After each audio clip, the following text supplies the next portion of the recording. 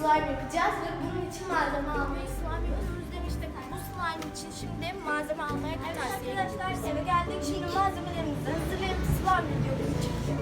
Herkese merhaba arkadaşlar. Bugün slime challenge yapıyoruz. Kardeşim Egemen'le, ben de Gözde bu arada. Videomuzun başı maalesef gitti. O yüzden biz tutkallarımızı döktük. Şimdi biz boraks kullanmayacağız. O yüzden sıcak suyun içine biraz Ariel marka toz deterjan koyduk. Bunun yerine Tursil ve Omo'da Persil de kullanabilirsiniz. Şimdi karıştırıyoruz.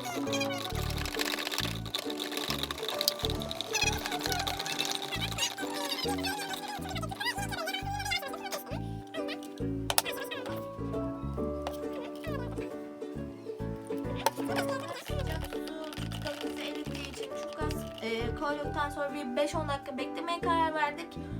O zamana dek görüşmek üzere. Evet arkadaşlar, şimdi tutkalımızla kendi yaptığımız boraks karışımı olmadı. Neden diyeceksiniz? Küçük kardeşim içine farklı bir şeyler eklemiş biz beklerken. Artık bunu değiştirip güzel bir slime'la karşınıza gelirim. Yine de bu videoyu beğenin. Diğer videolar için basamak olsun. Bize destek olmak için kanalımıza abone olmayı unutmayın. Bay bay.